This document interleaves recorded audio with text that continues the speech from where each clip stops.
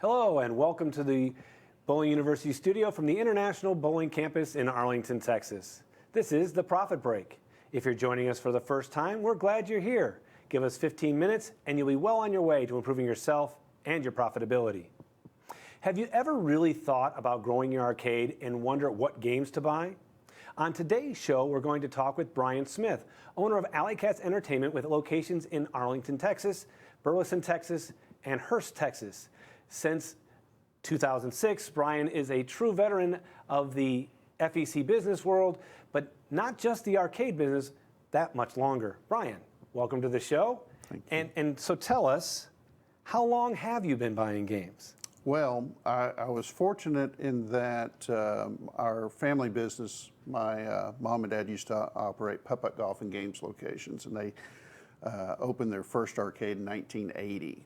And I was 16 years old, right in the prime years of my arcade playing, and they would ask me to go to the different trade shows and give my opinion of what games I liked and what games I thought would do well for us. And so I've kind of been a consultant, and then once I started opening my own locations, I was actually the buyer for those games. And after buying a lot of games and a few stinkers, I kind of refined my evaluation of games based upon more of a customer mindset than what I individually liked as a game player. Ah, interesting. Now, you said you've spent a lot of time and money in buying games over the years, that some were winners, some were losers.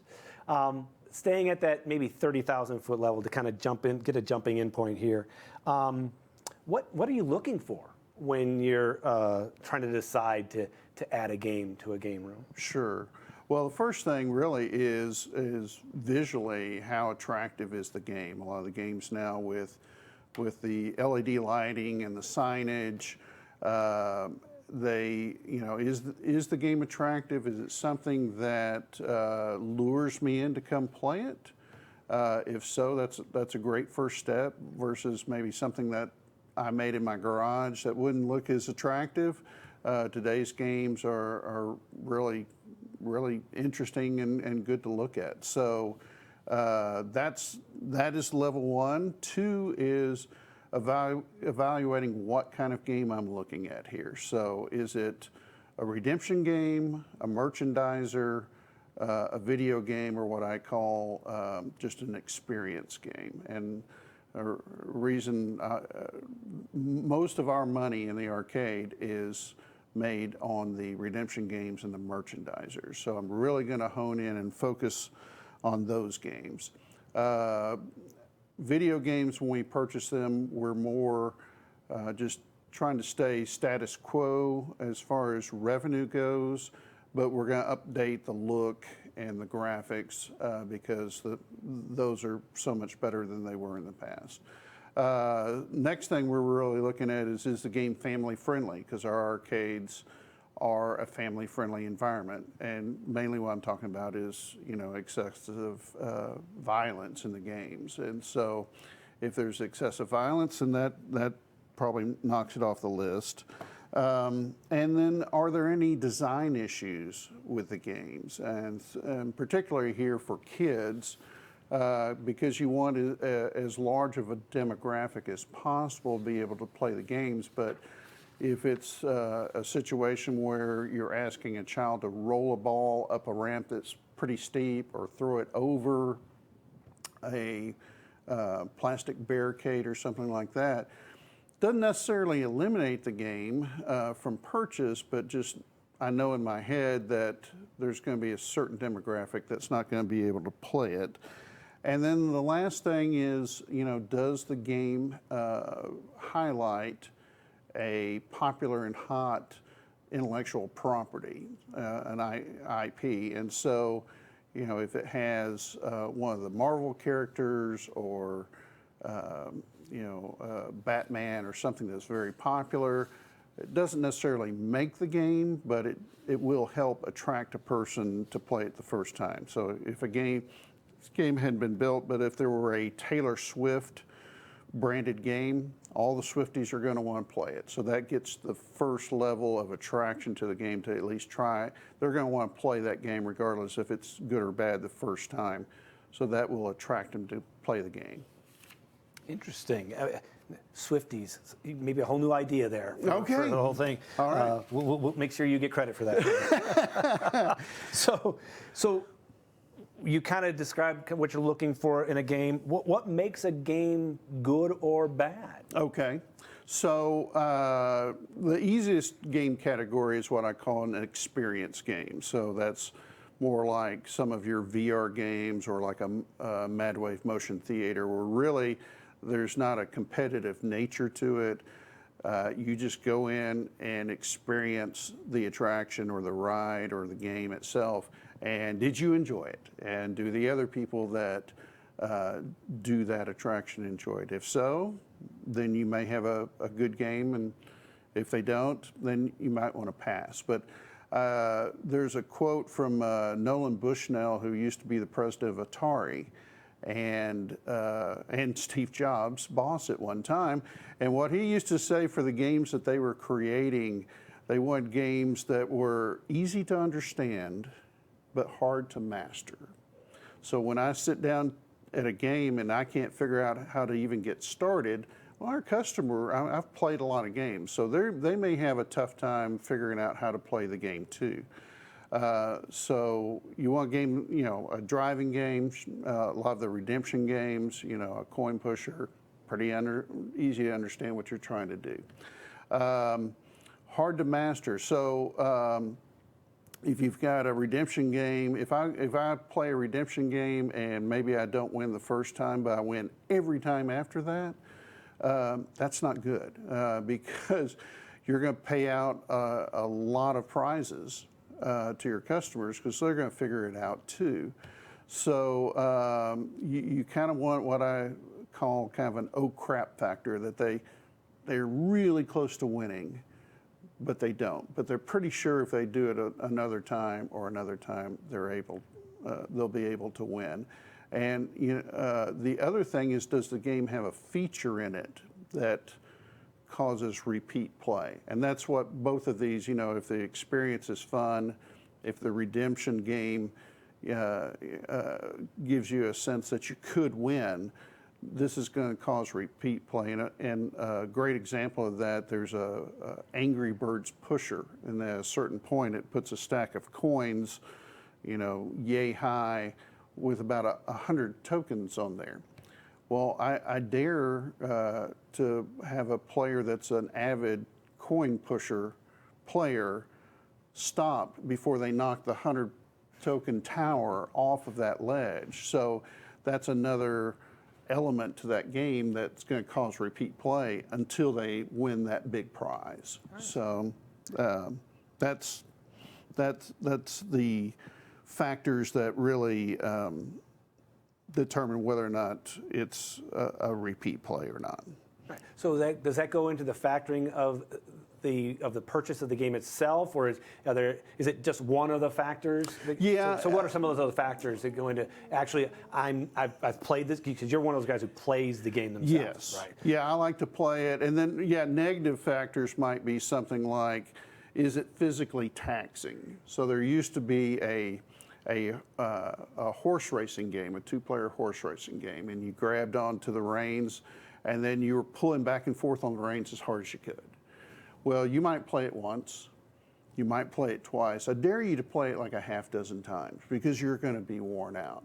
And so that's a game, and there's other sports games that, maybe it's not going to be conducive to repeat play because it is physically taxing. And then we talked about if it's too easy.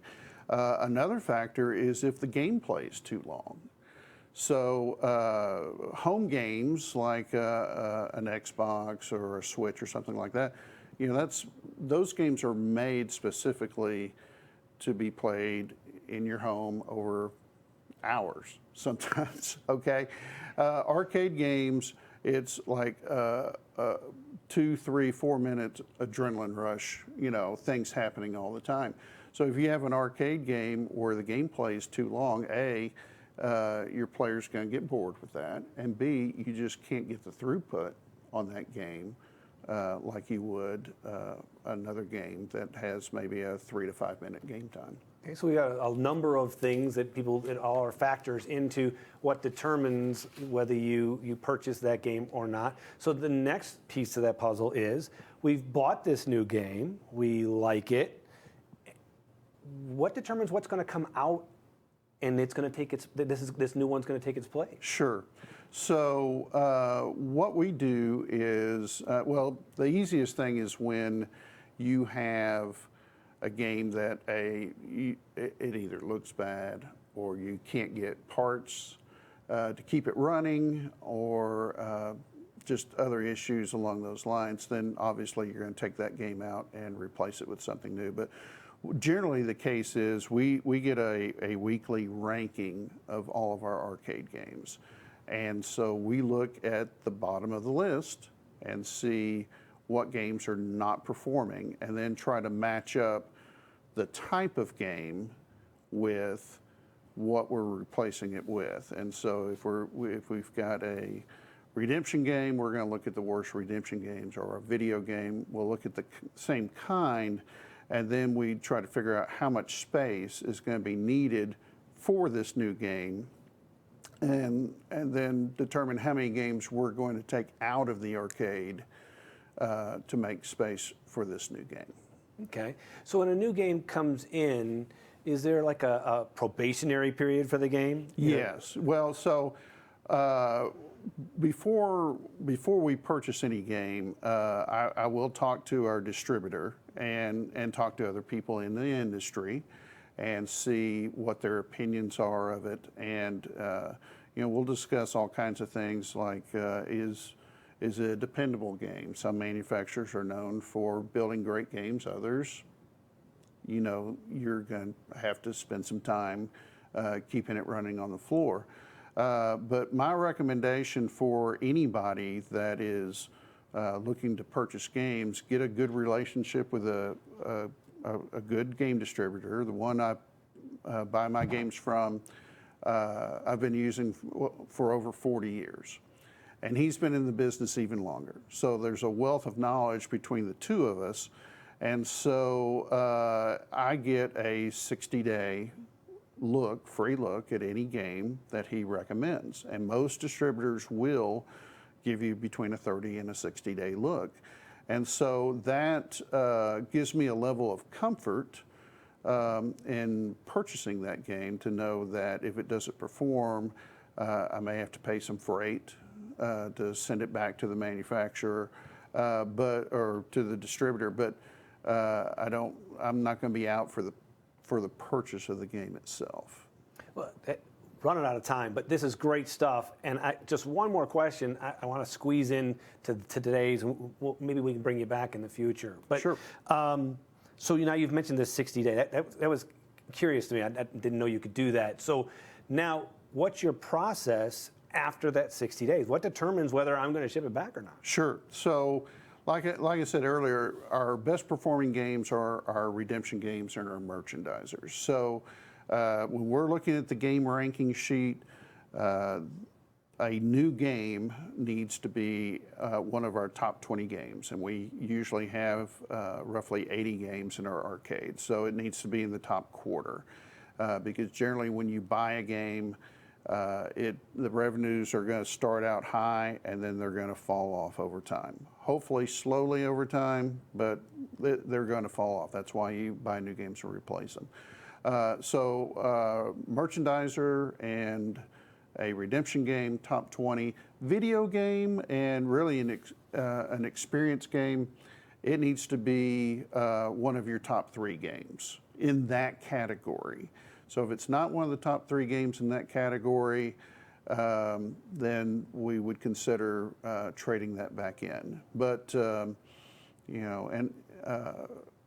like to say that when in all the time that I've dealt with our current distributor, I've only had to send 2 games back in 40 years.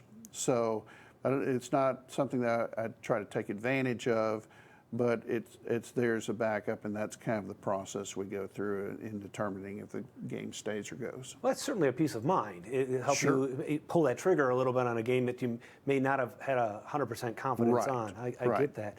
Good stuff. And I know I've got a ton more questions. If you have any more questions or want to get in touch with Brian, please contact us here at Bowling University, and we'll get you in contact with him. We'll connect you guys. If you have, and if you're ready to improve your profitability, you can reach us at any time at education@bpaa.com. As we wrap up another edition of the Profit Break, remember that when your focus is on growing people, people will grow your business. This episode, as well as our previous Profit Break episodes, are available 24/7 for you and your team at bowlinguniversity.net. Plus, new episodes are available every month, so mark your calendar, watch your email, and join us on Facebook to hear about the latest episodes. Until then, I'm Kelly Bednar, and do for one what you wish you could do for everyone. We'll see you next time.